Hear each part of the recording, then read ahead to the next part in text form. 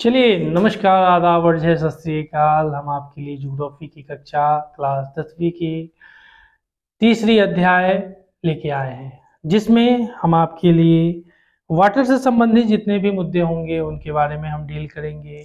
आगे बढ़ते हैं, लेकिन उससे पहले छोटी छोटी मगर मोटी बातें। यह चैनल को ज़्यादा से ज़्यादा सब्सक्राइब करें, अपने दोस्तों को शेयर करें, लाइक करें और बेल बटन को दबाएं, और जिससे समय समय पर आपको नोटिफिकेशन मिलती रहेगी। यह कक्षा आपको इन्फिनिटी वन एकेडमी की तरफ से बिल्कुल मुफ्त दी जा रही है, जिसके कोई चार्ज आपको नहीं देना है, और समय समय पर आपके लिए नई नई गाइडलाइन भी, इसमें नई नई चीज़ों को भी समाहित किया जाएगा। चलिए, अब आपके लिए आगे बढ़ते हैं, जिसमें कहता है कि वाटर रिसोर्सेज, जल की समस्या केवल घरेलू नहीं है, बल्कि यानी water problems only domestic but not, बेरोजगारी भी, जैसे कहता है अनएम्प्लॉयमेंट टू, उद्योग को ठप कर सकता है। अगर जल नहीं होगा तो बेरोजगारी भी होगी, उद्योग वगैरह, इंडस्ट्री वगैरह, इन सब चीज़ों को ठप कर सकता है। फिर अगर हम बात करते हैं कि ध्यान दीजिएगा, कुड, उसके बाद उद्योग को ठप कर सकता है, कुड स्टेल इन इंडस्ट्री, कृषि भी यानी एग्रीकल्चर भी। बिना पानी का कृषि करना संभव है? नहीं है, बिल्कुल नहीं। आगे, वर्तमान भारत द्वारा जल विद्युत से 22% प्राप्त किया जाता है। इलेक्ट्रिक की बात करते हैं, 22%, we obtain 22%, we obtain 22% of electricity in India। Bharat में 22% इलेक्ट्रिसिटी हम इसके द्वारा जल से प्राप्त करते हैं, जिसमें डैम बना करके, टाइडल वगैरह, इन सब चीज़ों से हम प्राप्त करते हैं। ठीक है, आगे देखिएगा। उसके बाद कहता है कि शहरों में जल की समस्याएं, कुछ प्रॉब्लम्स भी इसकी होती है। अगर हम प्रॉब्लम्स की बात करते हैं इन सिटी, अगर सिटी में या टाउन को टाउन कहते हैं, तो यहाँ पे जल की समस्या जैसे जल प्रदूषण, पॉल्यूशन यानी वाटर पॉल्यूशन, जल का सही नियोजन ना होना। उसके बाद जिसमें कहा lack of proper water planning नहीं है, खराब जल का खुले में बहना यानी open discharge of bad water. तो यहाँ भी नलकूप, और यदि पानी का पुनर्भरण नहीं हुआ हो तो भूमि का पानी सूखने पर आ जाएगा। अगर सही से अगर इसका मैनेजमेंट नहीं होगा, जो भूमि के अंदर वाटर है वह ड्राई होने लगेगा, सूखने पर आ जाएगा। फिर कहता है show here also the top bell and it the water is not filled completely, then the water of the land will come dry. Okay, फिर कहा बहुउद्देशीय नदी परियोजनाओं और समन्वित जल संसाधन प्रबंधन यानी multipurposes river projects and integrated water resources management, ये सारी उसकी जो मैनेजमेंट है किस तरह से अगर बात करता है देखते हैं।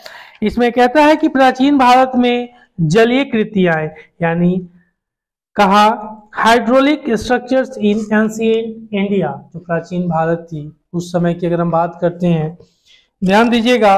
फिर उसके बाद अगर चर्चा होती है तो कहते हैं कि ईसा से 1 शताब्दी पहले इलाहाबाद के नजदीक श्री गंगवेश में गंगा नदी की बाढ़ के जल को संरक्षित करने के लिए एक उत्कृष्ट जल संग्रह तंत्र बनाया गया था। ईसा से 1 वर्ष पहले, 100 वर्ष पहले अगर बात करते हैं। उसके बाद in the 1st century BC उसके बाद कहा जिसको Shringverpur near Allahabad and had sophisticated water harvesting system channeling the fluid water of the river Ganga। Chandragupta Maurya के समय बृहद स्तर पर बांध, झील और सिंचाई तंत्रों का निर्माण करवाया गया। चंद्रगुप्त मौर्य प्राचीन में, यहाँ से अगर बात करें तो यहीं से सही इतिहास के कालक्रम से चर्चा की जा सकती है। ठीक है, आगे बढ़ते हैं। In the first century BC हो गया। इसमें कहा during the time of Chandragupta Maurya dams, lakes and irrigation systems were extensively build. ठीक है, फिर कहा कलिंग उड़ीसा, नागार्जुन कोंडा आंध्र प्रदेश, कलिंग ओडिशा में, नागार्जुन कोंडा आंध्र प्रदेश में, बेन्नूर कर्नाटक में और कोल्हापुर महाराष्ट्र में उत्कृष्ट सिंचाई तंत्र होने के सबूत मिलते हैं। कहा evidences of the sophisticated irrigation works have also been found in Kalinga Odisha, Nagarjunakonda Andhra Pradesh, Bennur Karnataka, उसके बाद कोल्हापुर महाराष्ट्र एक्सेट्रा। यह अच्छे उत्कृष्ट नल तंत्र होने का साक्ष्य मिलता है। आगे बढ़ते हैं, जहां फिर कहता है अपने समय की सबसे बड़ी कृत्रिम झीलों में से एक भोपाल झील है। 11वीं शताब्दी में की गई। In the 11th century Bhopal lake one of the largest artificial lakes of its time was built. Bhopal झील के बारे में कुछ जानना चाहते हैं? नहीं जानिएगा? भोपाल झील राजा भोज द्वारा बनाया गया था और उसको बड़ी झील के नाम से जाना जाता है, और वह भोपाल वह एक मैडमेड है और उसी जगह पर CM आवास भी है, इसलिए जो बताना था। हो गया, बात खत्म। भोपाल मध्य प्रदेश की राजधानी है, यही बताना था, भोपाल झील। ठीक है, मैं जा रखा हूँ वहाँ। आगे बढ़ते हैं, ध्यान दीजिएगा। 14वीं शताब्दी में इल्तुतमिश ने दिल्ली में श्रीफोर्ट क्षेत्र में जल की सप्लाई के लिए हौज खास एक विशिष्ट तालाब बनवाया, जो आज भी वर्तमान में हौज खास मेट्रो स्टेशन के नाम से जाना जाता है इन दिल्ली। आगे बढ़ते हैं,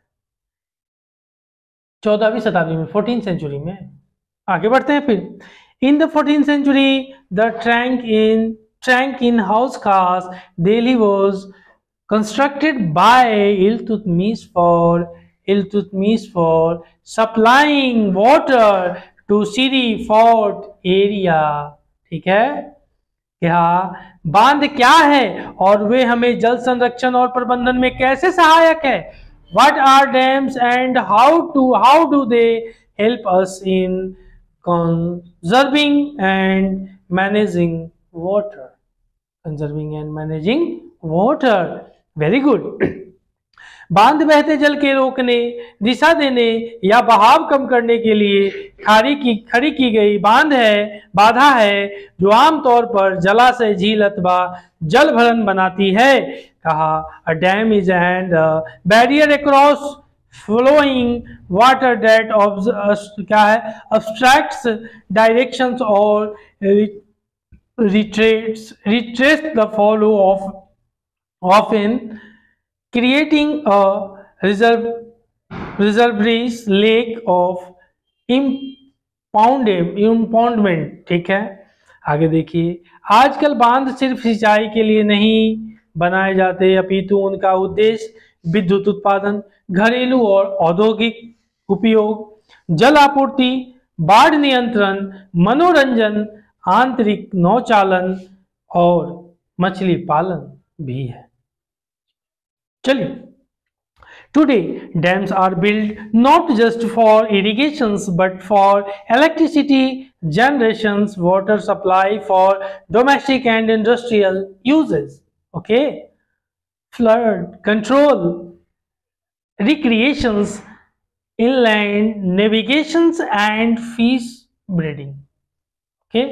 ओके, इसलिए बांधों को बहुउद्देशीय परियोजना भी कहा जाता है। एक से अधिक उनके परियोजना है, प्रोजेक्ट इसमें शामिल है, इसलिए बहुउद्देशीय परियोजना भी कहा जाता है।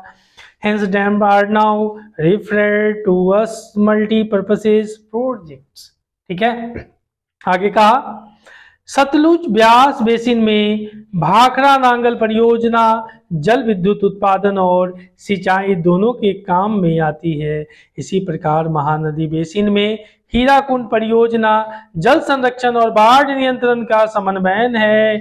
in the Satluj River basin, Vyas River. The Bhakar Nangal project water is the Hirakund project is the Mahanadi basin integrates conservation of water with flood control flood. ठीक है, देखिए क्या कहा, जवाहरलाल नेहरू गर्भ से बांधों को आधुनिक भारत के मंदिर के नाम कहा करते थे, मंदिर कहा करते थे, याद रखिएगा। कहा Jawaharlal Nehru proudly proclaimed the dams as the temples of modern India. क्या आगे देखिएगा, बांध बनाने से नुकसान क्या होते हैं, damage caused by buildings a dam. इसमें कहा नदियों पर बांध बनाने और उनका बहाव नियंत्रित करने से उनका प्राकृतिक बहाव अवरुद्ध होता है, जिसके कारण तलछट बहाव कम हो जाता है और अत्यधिक तलछट जलाशय की तली पर जमा होता रहता है, जिससे नदी का तल अधिक चट्टानी हो जाता है और नदी जलीय जीव आवासों में भोजन की कमी हो जाती है। क्या है, regulating and damming of reverse affect there natural flow causing poor sediment flow and excessive sedimentations at the bottom of the habitats for the river aquatic life. Dams also fragment rivers, making it difficult for aquatic fauna and migrants, especially for swimming. देखिएगा, कहा नर्मदा बचाओ आंदोलन।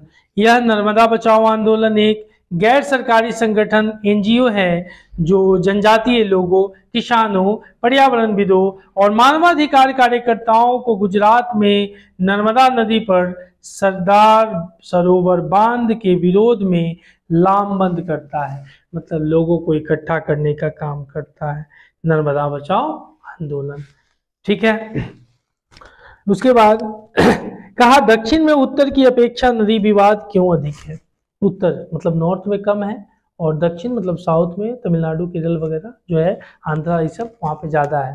ठीक है, आगे देखिएगा क्या कहता है, उत्तर भारत में क्षेत्रीय पार्टियों के उदय के कारण बहुत ज्यादा वे कहीं ना कहीं कांग्रेस से प्रभावित रही या जुड़ी रही, लेकिन दक्षिण भारत के क्षेत्रीय पार्टियों ने कांग्रेस का बॉयकॉट किया है और इसी कारण क्षेत्रीय पार्टियों ने इस समस्याओं का राजनीतिकरण नहीं हुआ।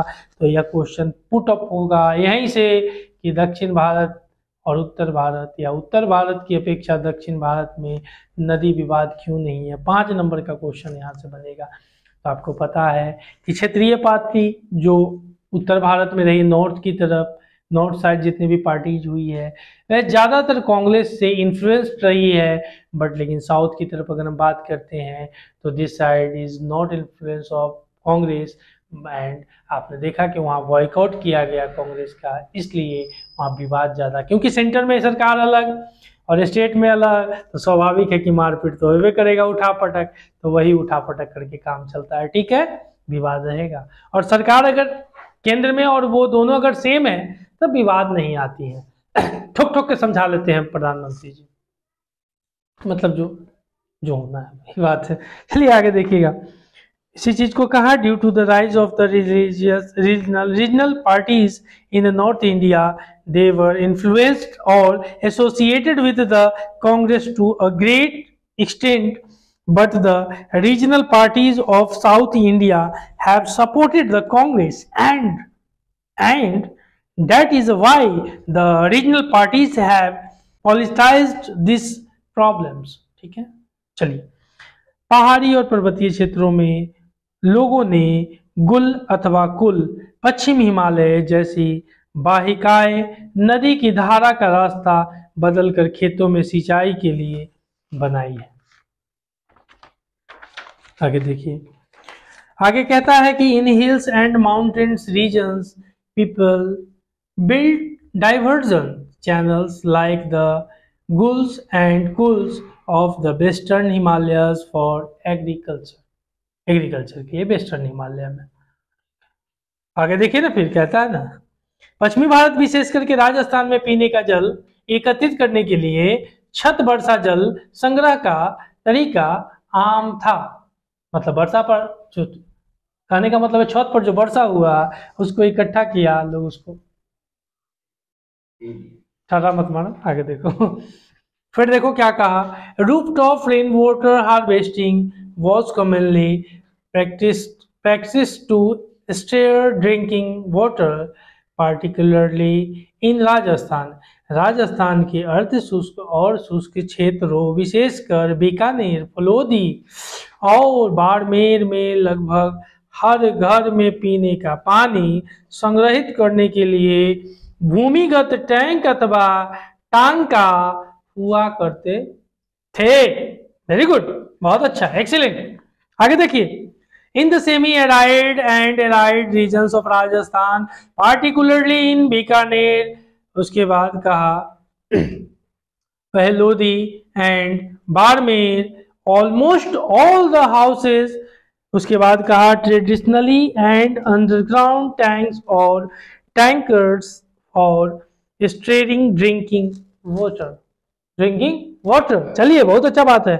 कर्नाटक में मैसूर जिले में स्थित एक सुदूर गांव गंडाथूर में ग्रामीणों ने अपने हर घर में जल आवश्यकता पूर्ति छत वर्षा जल संग्रह की व्यवस्था की हुई है और गांव के लगभग 200 घरों में यह व्यवस्था है। दैट्स ऑल, चैप्टर आपका खत्म होता है। तब तक के लिए धन्यवाद आप लोगों का वॉचिंग फॉर दिस चैनल। अगली कक्षा में हम फिर मिलते हैं, तब तक के लिए आप लोगों से विदा। शुभ रात्रि, शब्बा खैर। आप लोग निरंतरता बनाए रखें और हमारे तरफ से जितनी भी सक्षम कोशिश होगी, संभव कोशिश होगी, वो आपके लिए मैं करता रहूँगा। जितने भी सारे ज्योग्राफी के हो जा रहे हैं उसके बाद आपको मोस्ट इम्पॉर्टेंट 100 क्वेश्चन ज्योग्राफी से रिलेटेड मिल जाएंगे। आप एक बार उसको टच कर लीजिएगा, पेपर में आपके मार्क्स क्लियर हो जाएंगे। चलिए, तो चैनल को ज़्यादा से ज़्यादा शेयर करो, अभी जल्दी करो, लेट मत करो, और अपने दोस्तों के लिए, दोस्तों के पास करो, और मित्रों जितने भी सगे संबंधी है सबको करो। फिर हम अगली कक्षा में आपसे बहुत जल्द मिलते हैं। जय हिंद, जय भारत।